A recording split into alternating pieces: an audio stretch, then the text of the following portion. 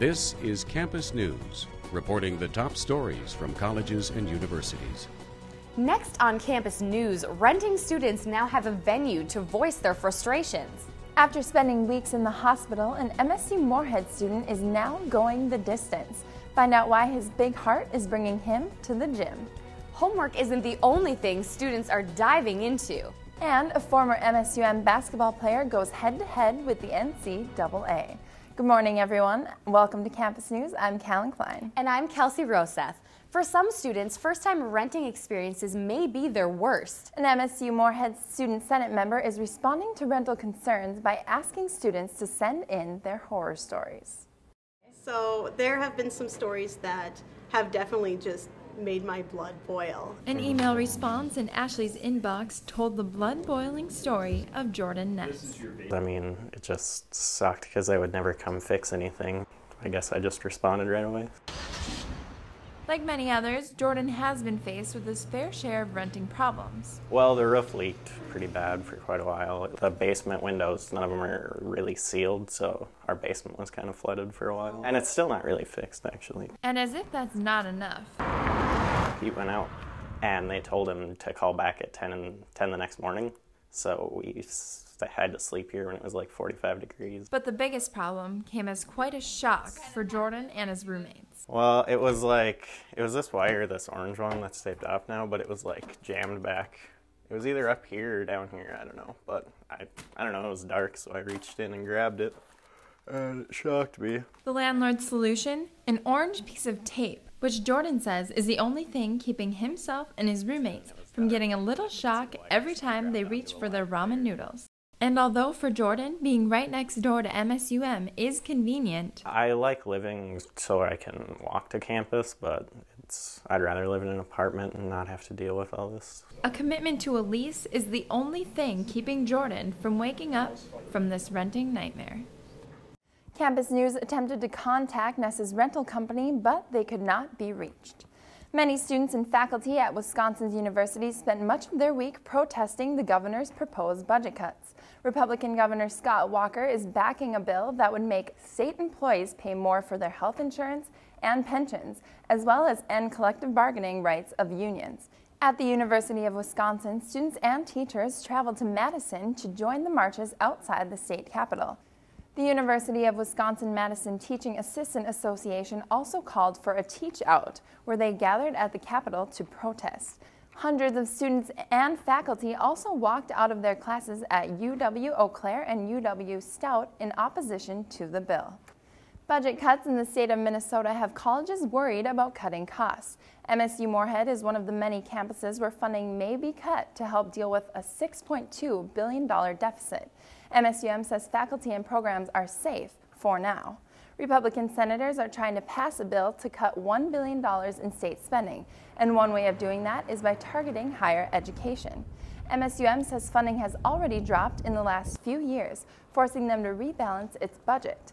MSUM administrators say the goal is to protect their people and programs.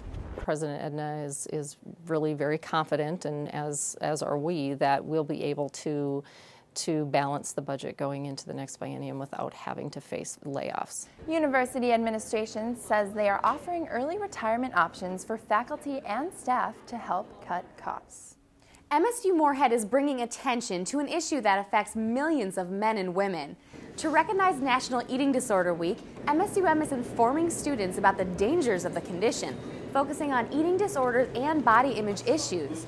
Staff members at MSUM's Counseling Center say if a friend has an eating disorder, it's important to not stay silent. Just being aware, if there's someone that you are concerned about, let someone know or help them find a way to get some help. The Counseling Center says that nationally, about 8 million Americans suffer from an eating disorder. Dropping prices of drinks in Fargo bars has caused the community some concern, asking whether or not legislation should be introduced to get local bars to stop plummeting their prices on drinks. When NDSU student Kyle Powers gets a night off from studying, he doesn't go just anywhere. You see, Powers is searching for drink specials, that is. If I was going to pay $3 for this or $1, I would go for the $1. Many local bars are battling for business, offering lower than average drink specials to bring in students on a budget. If a bar owner chooses to, lower their drink prices and beer prices and have specials, people are going to be out spending money on shots and food. While some students say seeking specials is last on their list. I never ask about the specials. I drink what I drink. And if a special falls in it, that's great, but if it doesn't, whatever. Students like Powers say just the idea of specials pull him in, even if the specials really aren't that special. It's kind of like the same price for 2 drinks, but we'll keep it on the DL. Powers says drink specials don't mean students are always splurging and drinking too much.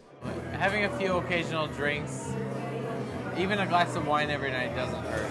Others say even with specials, drinking at the bars is safer. I think that drinking in a bar is way better than drinking out at a house party where people are just drinking whatever they want to drink. And bars are a better option.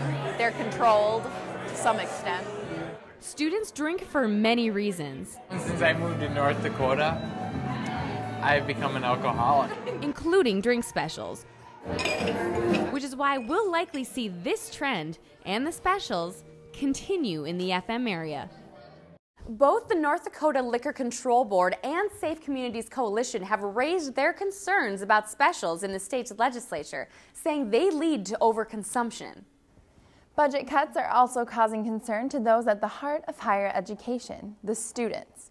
A proposed tuition increase within the Minnesota State Colleges and Universities system has many students upset, and they're fighting back. Close to 400 students marched to protest at the state capitol, telling lawmakers to stop tuition increases. The students say in the last decade their tuition has more than doubled. State Senator John Carlson is trying to help students by promoting legislation that would freeze tuition for 2 years.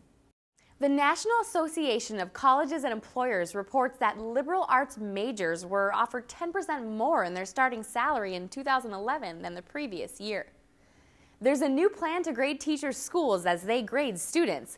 U.S. News and World Report is planning on grading more than 1,000 teachers' colleges. Editor Brian Kelly says teacher education programs are extremely important and not very well scrutinized. The colleges will receive letter grades of A through F, and many schools aren't happy about it. Colleges complain that methods the magazine will be using to grade the schools are not well supported by research. Some colleges may refuse to cooperate, but by doing so, they will get an automatic F. There's a college course that gives a whole new meaning to in-class participation. Laura Lee Lofsgaard has more on this underwater adventure. Scuba isn't just for people on vacation. These students at Concordia are learning the skill for a class. What I'm going to do is I'm going to have my mask in place. Scuba instructor Dwayne Cashmark with Mixed Scuba in Moorhead teaches scuba diving as a college course at NDSU, MSU Moorhead, and Concordia. Even though the class is in a pool instead of the ocean, it doesn't get the students' spirits down. You know, one of the things that I really like about teaching is watching students get excited about scuba diving. We just had a pool session and the students were actually excited or literally excited about scuba diving in a swimming pool. Even if some students have prior experience, taking the course with their friends is a lot more fun. The best part is learning with people that you know, and when we were in Hawaii, you just went with a bunch of random people. Here, it's people you know, and you're more comfortable, I think. To get your scuba license, you have to scuba dive in open waters, whether it be one of the 10,000 lakes in Minnesota or in the ocean on vacation with your family. This is one of the biggest highlights for the students. Going someplace that not very many people have been, because not many people have gone to the bottom of lakes or bottom of oceans to see what's down there. Laura Lee Lofsgaard, Campus News. At the end of the course, students have the choice to go on a scuba trip along with people who have been involved in Cashmark's previous classes. MSU Moorhead college students donated a life-saving liquid to United Blood Services. The Public Relations Student Society of America brought the blood drive to campus. Volunteers say they had steady donations for all 5 hours of the drive, but some student donators think more can be done. Most of the reasons are just super lame, like, you don't have time for it, like, I just don't want to, like, I'm afraid of needles, like, I'm petrified of needles. You being afraid of needles is not an acceptable excuse for people dying out there from lack of blood. Blood donations save 4 million lives across the country every year. Well, it was a messy way to make a point. MSU Moorhead's Kesey Commons' newest project is giving the student body a somewhat unflattering view of food waste. Reporter Tom Wagner shows us how Kesey trash cans may be more full than students realize. Students and staff come for a bite to eat, talk with their friends, and when they're done, dump their leftover food in the garbage. MSUM's Kesey Conserve project aims to stop wasting the waste. I think it's a good idea. Even the little bit of food adds up instead of grabbing a burger and mainline and eating half of both. Lane Zavlosky and MSUM's Residents Hall Association hopes to change that. I think it's important for students to see how much is wasted because there's so much wasted, and individually people waste a lot, but all together, collectively, there's so much wasted that people don't realize. The project has 2 phases, a lunch portion where the project's helpers collect the wasted food, then during dinner where the food is displayed for the public to see. And the totals in waste may shock you. 175 pounds is a lot of wasted food, and that just cannot happen. And for only 581 students and faculty eating today, that is a lot of food. The wasted food comes with a slideshow showing people who are less fortunate. However, not everyone was thrilled about what they saw. I guess what they want to end up happening is that we can overall decrease the amount of food that they are ordering, which is really great, but I think it's going to take a lot more than this presentation to actually get someone to care about it. With photographers Laura Lee Losgard and Michael Wiegand, Tom Wegner, Campus News. Kesey Commons collected more than 39,000 pounds of waste last year. That's nearly 58 pounds of wasted food for every student at the university. Legos have provided young kids around the world an opportunity to piece their imagination to life. The University of North Dakota is asking kids to use those skills under the bright lights. UND hosted its annual First Legos League Robotics Competition. FIRST, or For Inspiration and Recognition of Science and Technology, uses Legos to create their science projects. The aim of the program is to get young kids interested in participating in science events.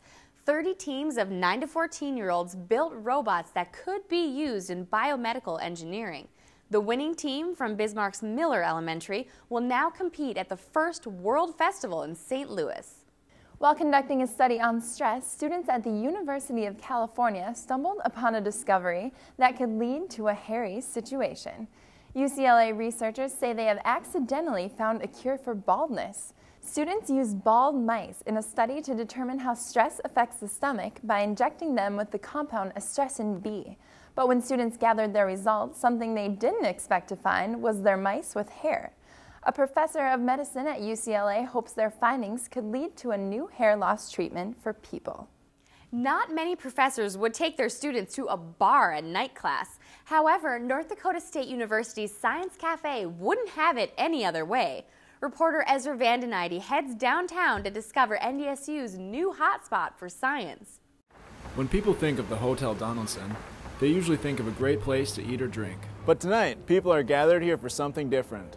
Once a month, NDSU's College of Science and Mathematics hosts a Science Cafe here at the Hotel Donaldson. Tonight, they are discussing the increasingly important topic of biofuels. So we wanted a venue that would be informal, and the basement of the Hodo is very informal. Kevin McCall, Dean of NDSU's College of Science and Mathematics, started the Science Cafe, and he says the goal of the program is to bring students, scientists, and members of the community together. I think a lot of people in the community don't appreciate the extent to which science influences their everyday lives, and this is a great way to show them that. Each month brings a new scientist and a new topic for discussion. Use many of the biomass as building materials. NDSU professors volunteer their time here and choose timely topics they think students and the rest of the community will be interested in.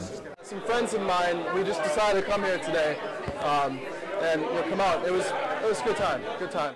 And as long as the audience continues to enjoy the course, the Science Cafe will continue to serve. With photographer Michael Wiegand, Ezra Vandenide, Campus News.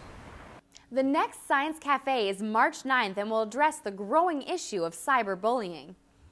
2 MSU Moorhead students are attempting to connect drunken students with sober drivers. Blake Severin, an MSUM business student, and Jordan Dorr, a former MSUM student, launched a new Facebook application this January. The app is named Staying In. Severin and Dorr created it to help people who are looking for a ride home find someone on their Facebook friends list who's planning on staying in for the night. The developers say they hope the application will help people save money on cab rides and cut down the number of people driving drunk. The app is free for anyone to use. Students from around the FM area are showing off their pipes. Reporter Kiara Murphy has more on the Fargo-Moorhead Festival of Singing. The students are here to be heard. Oh, let the merry bells ring round.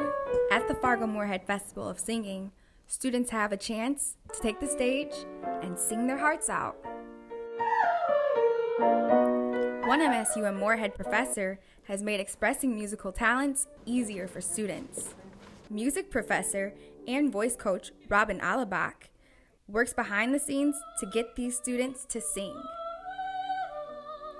Alabach started the festival last year and hopes to make it an annual event. We want to celebrate singing in its many forms. Fargo North High senior Chelsea Schmitz says she was a little nervous. My biggest fear is completely forgetting my words, I guess. Students say being here is a chance for them to get experience. Alabach says she wants to share her love for music. The students do kind of become my babies, and that makes it easy for me to teach, because more than anything, that's why I'm here. If they can gain a passion for singing and a love for the arts and take it out into the world, then I know I've done my job. With photographer Caitlin Teskey, Kiara Murphy, Campus News. Alabach says she hopes the passion that she and her students share for music will be passed on to aspiring singers. MSU Moorhead students gave the popular TV show Whose Line Is It Anyway? A run for its money. MSUM students took the stage in front of their friends, hoping to make them laugh.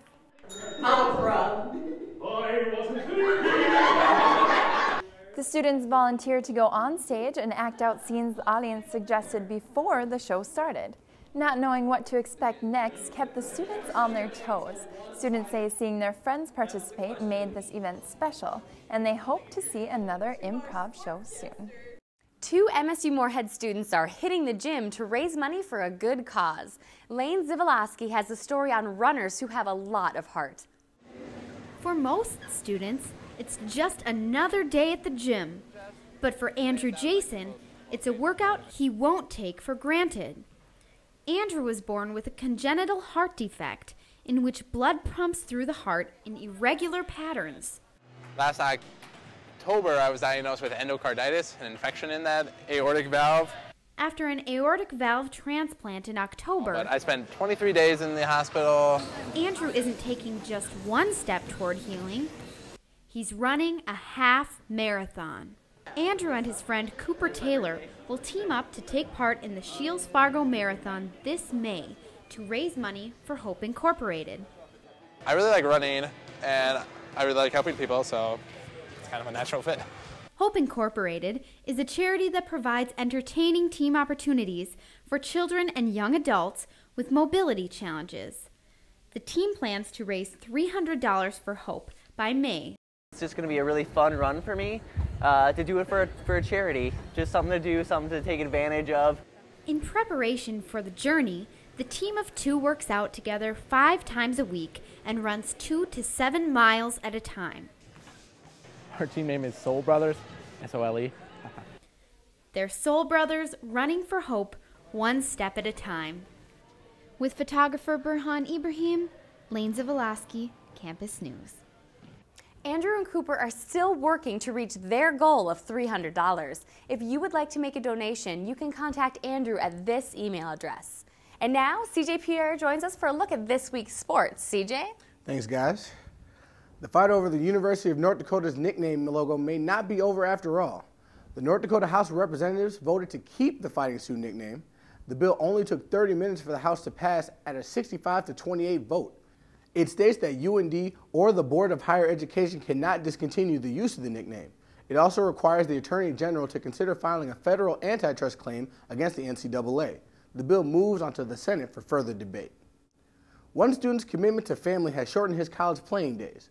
Jamal O'Neal left MSUM for a reason everyone respects, but the NCAA won't accept. Reporter Christy Larson tells us his story. The MSUM men's basketball team is hard at work this season. The team put in a lot of hours in preseason practices and scrimmages. One of these dedicated athletes was Jamal O'Neal, but an overlooked NCAA rule is keeping Jamal off the court this season. Jamal came to MSUM in the fall of 2004 to play basketball with the Dragons. In the spring of 2008, Jamal's grandmother's chronic illness was taking a turn for the worst, and doctors found an expanding tumor in his mother. Jamal decided to leave MSUM and his basketball team to go home to North Carolina to take care of his family. The way I was raised is, being a man of the family, you have to take care of your family first. Sometimes you just have to set aside things you want to do. Now, 2 years later, Jamal decided to come back to MSUM to finish what he started. But upon his return, he was greeted with bad news. College athletes are allowed 8 semesters of gameplay over the course of 10 semesters. Jamal used up his 2 remaining semesters when he went to school back home in North Carolina. So we had to send an appeal of why I left and, went through all that, gathering records and doctor letters and stuff like that. But, I guess it wasn't enough, and with the NCAA, you really never know. Although it's hard not to play, Jamal still supports his teammates off the court. Now, instead of playing the game with his team, Jamal has to shoot hoops on his own. With photographer Daniel Bartholomew, Christy Larson, Campus News. Now, Jamal is currently at MSUM and plans to graduate in the fall of 2011. He says before he came back to MSUM, he was told that everything was in place for his return, including a possible scholarship. The MSUM athletic department says that they were not sure Jamal would be able to play until they heard from the NCAA, which happened 3 weeks into the school year. We had some ideas of where we thought we were at, and one of the things you run into is a little bit of a timeline of having to make a decision: you're going to come to school or you're not going to be able to come to school. And we felt that there were some mitigating circumstances that we thought there was a probability that he would be eligible, but we didn't know for sure until we finished that process. The athletic department did try to help with Jamal's appeal, but their efforts failed. Jamal is not able to receive an athletic scholarship because he is ineligible to play. Peter says he feels bad about Jamal's situation and wishes the best for him in the future. The MSU Moorhead Dragons broke another record, but not a record that can be broken by just one person. This one took a team effort from an entire community. As MSUM Dragon fans entered Alex Nemzik Fieldhouse for Dragon basketball, they were ready to enter the history books and help break a 3-year-old record. The attendance record kind of was one of our ideas. I just came to athletics one day. I was like, hey, let's set the attendance record. They're like, let's run with it. Then campus marketing threw in the iPad, and all of our other sponsors stepped up big time for all the other gifts and $2,000 worth of stuff tonight. MSUM is home for one of the greatest turnouts in school history, expecting over 2,000 fans. And I want to see anything over the record. It creates a different atmosphere. It's a lot more fun, it's more festive. If we do everything right, I think it'll happen.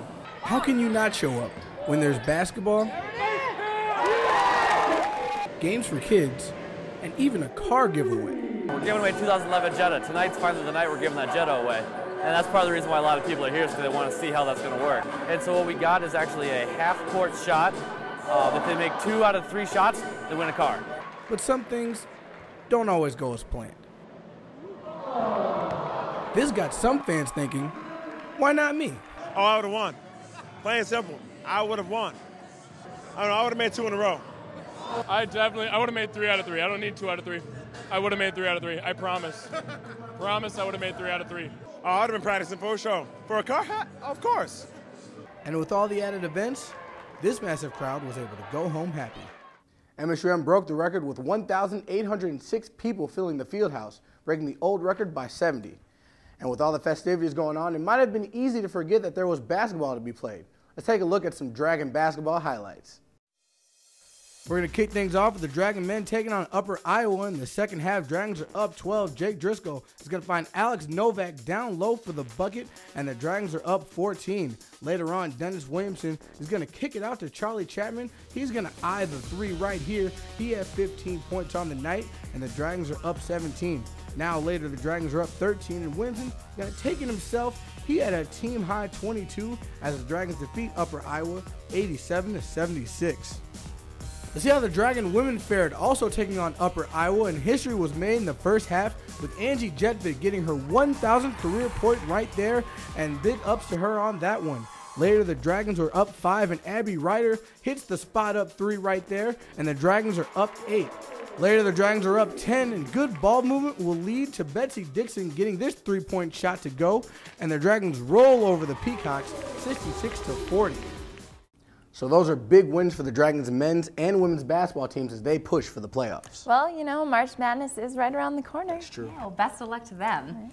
Well, so Saturday night was an exciting night for Dragon basketball fans, but for MSU Moorhead grad student John Webking, it was a night he'll never forget. After the Dragon games in front of a record-breaking crowd, Webking proposed to his girlfriend Jamie Lupitz in front of 1,800 cheering fans. Webking announced his promotions during MSUM athletic events. He says he chose to propose to his girlfriend during the game because the two met while participating in intramural sports at MSUM. Well, you know, after that story, I think I'm going to start heading to intramurals. Well, maybe I'll go with you. All right. Have fun, you guys. So that's it for this edition of Campus News. We'll leave you with more from the underwater world of Concordia scuba diving class. Have a great week, everybody.